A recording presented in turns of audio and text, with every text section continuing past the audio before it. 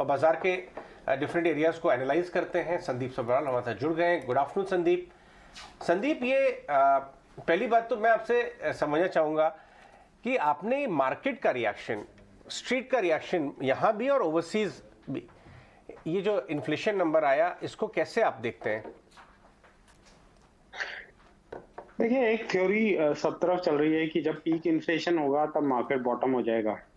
तो ये थ्योरी में बहुत सारे होल्स हैं मेरे हिसाब से, क्योंकि आपको ये देखना पड़ेगा कि यूएस फेड का टारगेट है 2% और इन्फ्लेशन आया 9%। तो 2% और 9% में इतना ज्यादा गैप है कि ना केवल उनको इंटरेस्ट रेट बढ़ाने पड़ेंगे बहुत, पर उनको उन इंटरेस्ट रेट को ऊपरी स्तर पे रखना भी पड़ेगा बहुत समय तक। तो ऐसा नहीं होगा कि एक बार ऊपर सडनली वापस कट्स भी शुरू हो जाएंगे। तो ये जो है, ये जो मार्केट में पार्टिसिपेंट्स हैं, इनको समझने की जरूरत है कि ये अब एक टेस्ट मैच है, ये एक T20 नहीं है। और ये टेस्ट मैच में हर चीज स्लो ही चलेगी। अब वो T20 का टाइम 2020 का था, वो खत्म हो गया। बहुत ही अमेजिंग बात बोली संदीप, क्योंकि टेस्ट मैच में एक इंटरेस्टिंग बात ये हुई कि टेस्ट मैच को पसंद करने वाले प्लेयर्स अब दुनिया में कम हो गए हैं। सबको तुरंत झटपट पैसे चाहिए।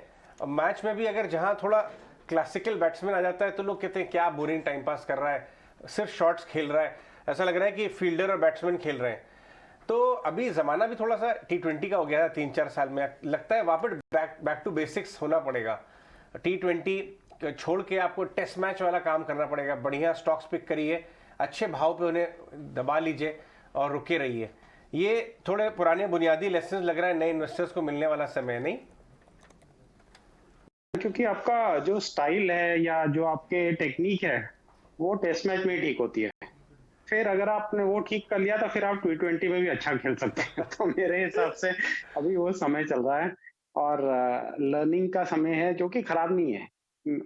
अजय, मेरा अगर आप ओवरऑल ग्लोबल इन्फ्लेशन डायनामिक्स देखिए, इंडिया की हालत इतनी खराब नहीं है। अगर हम पूरा देखें कि जो वर्ल्ड में हो रहा है, यूरोजोन में 9% इन्फ्लेशन, यूएस में 9%, जहाँ वो टारगेट 2% कंट्री हैं। इंडिया एज इमर्जिंग मार्केट अगर हम 7-8% पे हैं, तो हम इतने खराब लेवल पे नहीं है। तो हम लोग रिलेटिवली बेटर प्लेस्ड हैं, लेकिन हम लोग एक इंटरलिंक्ड वर्ल्ड में हैं। तो इंटरलिंक्ड वर्ल्ड में हम ग्लोबल चीजों से दूर नहीं हट सकते। वो लिंकेजेस प्ले करेंगे और उसके बाद मौके आएंगे अच्छे लेवल्स पे ज्यादा एग्रेसिवली खरीदने के लिए, या फिर एग्रेसिव सेक्टर्स या स्टॉक्स में जाने के लिए। सही बात है, आपने जो सही कही बात। इनफैक्ट आजकल हम बात भी कर रहे हैं कि एक बहुत बड़े खिलाड़ी हैं जो अपना फॉर्म जो है थोड़ा सा लूज कर रहे हैं। लोग कह रहे हैं कि यह शफल करने का पोर्टफोलियो का टाइम आ गया है। विराट कोहली की बात कर रहा हूँ मैं। एनीवेज, लेकिन संदीप, आप 90s के चाइल्ड रहे होंगे, if I am assuming it right. हमने तो इंडिया में इससे बहुत हाई इन्फ्लेशन लेवल्स देखे हैं। हम वो एक वो पौध हैं जहां पे मम्मी अपने बच्चे से कहती हैं कि एक बाल्टी गर्म पानी है, आधे से नहा के बाहर आजा, आधा छोड़ देना। पापा कहते हैं कि कमरे में लाइट और पंखा, दूसरे कमरे में जा रहे हो तो चला मत छोड़ना। हम लोग तो कंजर्वेटिव ब्रॉटअप है, जबकि यूएस इकोनॉमी ने या इवन यूरोप ने कंजर्वेटिज्म या ये सब तो देखा ही नहीं है। तो उनको तो 8-9% इन्फ्लेशन में बिलबिला रहे हैं। हमने तो 10-10, 12-12% की इन्फ्लेशन देखा और फोस्टर किए कंपनीज। 15% कॉस्ट ऑफ कैपिटल लेके लोगों ने बड़े बड़े प्रॉफिट्स बनाए हैं। जी हाँ, तो लेकिन वो समय डिफरेंट था, क्योंकि उस समय एक इंडिया हाई इन्फ्लेशन इकोनॉमी थी।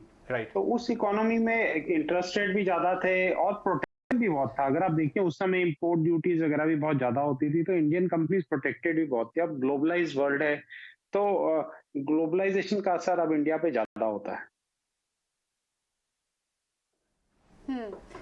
एब्सोल्युटली। तो हाँ, ये तो व्यू है संदीप। Good afternoon. बिल्कुल, इन्फ्लेशन को लेकर अब तो खैर इन्फ्लेशन है, माइल्ड रिसेशन है, इन्फ्लेशन कब तक पीक आउट होगा, इस पे तो काफ़ी बार चर्चा हुई है।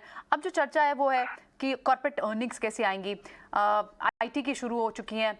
आईटी के आप देखें तो mid cap number, mid cap IT और लार्ज कैप आईटी के लिए अभी, मिड कैप आईटी की तो अभी भी पी वैल्यूएशन एक्सपेंसिव लगती हैं, लेकिन नंबर्स आप जिस तरह के माइंट्री के देखें, आपको लगता है कि शायद हो सकता है यहाँ नंबर्स बेटर हों? क्या एक्सपेक्टेशन रख रहे हैं आप?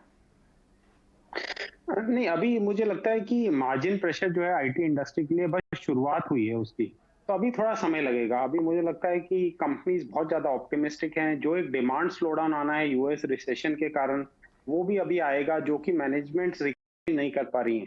तो मुझे लगता है 1-2 क्वार्टर्स अभी लगेंगे, लेकिन ये बहुत अच्छे कैश जनरेटिंग बिज़नेसेस हैं, ज़्यादातर इंडियन आईटी कंपनीज़। तो यहाँ से अगर मुझे लगता है 12-15% चीपर मिल जाएँ ये स्टॉक्स, तो काफ़ी अच्छा रहेगा, तो उस समय बाय करने का मेरे ख्याल से टाइम आएगा।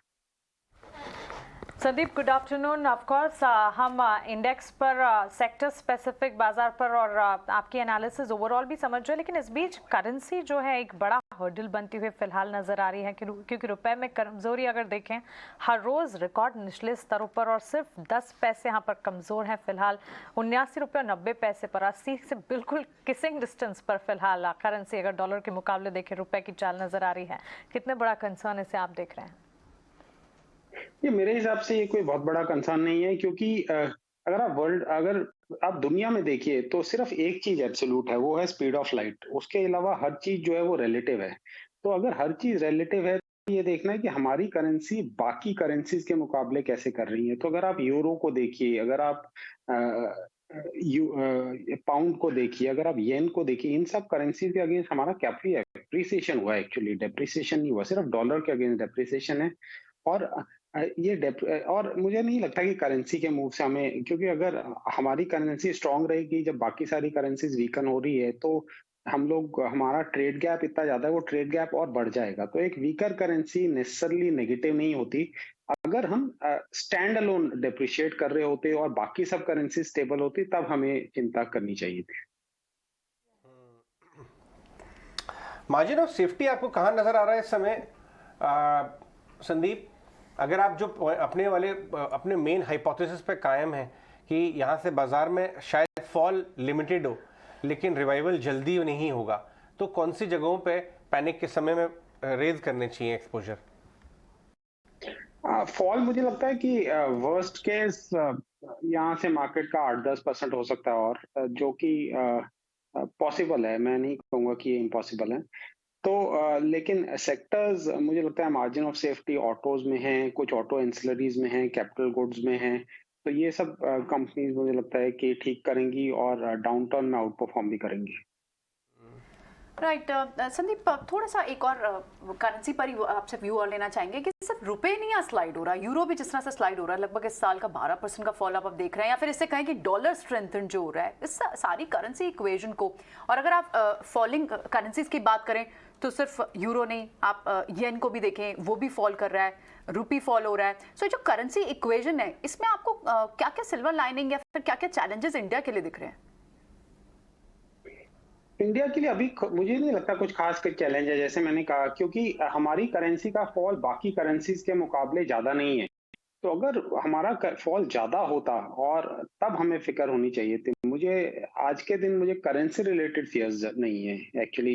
एक ये हेडलाइन जरूर बनते हैं, रुपया नए लोअर लेवल पे आया, न्यू लो, लेकिन ये एक्चुअली इकोनॉमिक थ्योरी वाइज इसका कोई ज्यादा मीनिंग नहीं है। संदीप, चलिए फिर कंफर्ट की अगर बात करें, क्रूड का डाउनफॉल कितना कंफर्ट है? क्योंकि ब्रेंट क्रूड $99 से भी नीचे फिलहाल $98 पर बैरल पर ट्रेड करता हुआ दिख रहा है।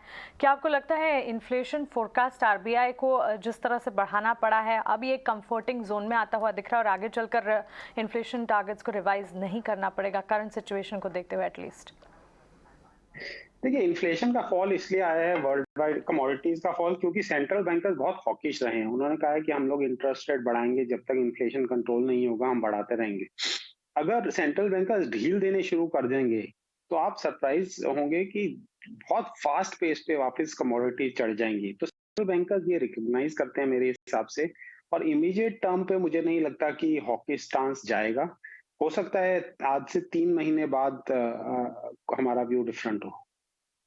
तो ये माइल्ड रिसेशन की बात है, ये कमोडिटी प्राइसेस को कि कमर तोड़ने में अगर कामयाब रही तो हमारे लिए अच्छा है।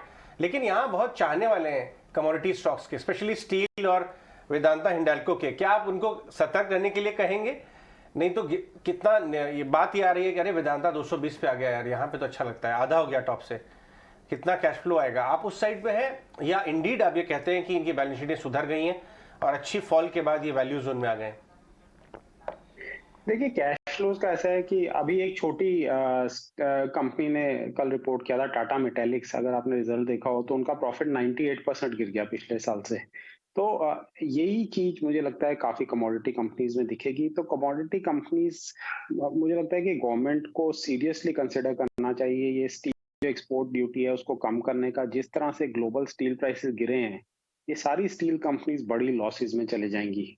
तो हालांकि मैं नेगेटिव था कमोडिटीज पे, मैंने वार्न किया है काफी लोगों को कि कोई सुपर साइकिल नहीं है, लेकिन अभी समय है कि गवर्नमेंट को थोड़ा रीथिंक करना चाहिए, नहीं तो इंडियन स्टील कंपनीज की हालत बहुत खराब हो जाएगी।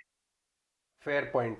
ये जो दूसरा एक लार्ज कैप एरिया है जहां पे रिटेल बहुत एक्साइटेड भी हो रहे हैं, रिटेल इन्वेस्टर्स, और इस नैरेटिव में आ रहे हैं। हालांकि इंस्टीट्यूशनल इन्वेस्टर्स अभी बाय नहीं कर रहे वो नैरेटिव, और वो है एचडीएफसी और एचडीएफसी बैंक के मर्जर के बाद जो एंटिटी बन रही है। आपकी इस एंटिटी पे क्या राय है? देखिए, मेरे हिसाब से मर्जर नेगेटिव था माइनॉरिटी शेयर होल्डर्स के लिए, क्योंकि एचडीएफसी को नेसेसिटी थी कि वो मर्ज करें, एचडीएफसी बैंक को कोई जरूरत नहीं थी। लेकिन अब ये मर्जर हो रहा है, तो उसमें अब हमें देखना पड़ेगा क्या इनको कोई सीआरआर या एसएलआर रिलैक्सेशन मिलेंगे आरबीआई से या नहीं मिलेंगे। अब नहीं मिलेंगे तो मुझे लगता है कि एक इमीडिएट टर्म में जब मर्जर होगा तो शॉर्ट टर्म 1-2 साल के लिए काफी हिट आ सकता है एज अ कंबाइंड एंटिटी को। तो मैं एचडीएफसी बैंक से थोड़ा दूर रहूंगा। ये इंडेक्स स्टॉक है और दोनों को मिला के बहुत हाई वेटेज हो जाता है, तो थोड़ा बहुत लार्ज कैप स्टॉक्स को, फंड अगर आप लार्ज कैप में हैं तो आपको रखना पड़ता है, लेकिन लार्जली मैं दूर रहूंगा। श्योर संदीप जी, बहुत शुक्रिया आपका हमारे साथ जुड़ने के लिए, बाजार पर अपना नजरिया हमारे बीच शेयर करने के लिए। Have a nice day to you. तो यहाँ पर बाजार में फिलहाल जो उथल पुथल मची है उस पर संदीप सब्रवाल का विस्तार से आउटलुक हमने जाना, लेकिन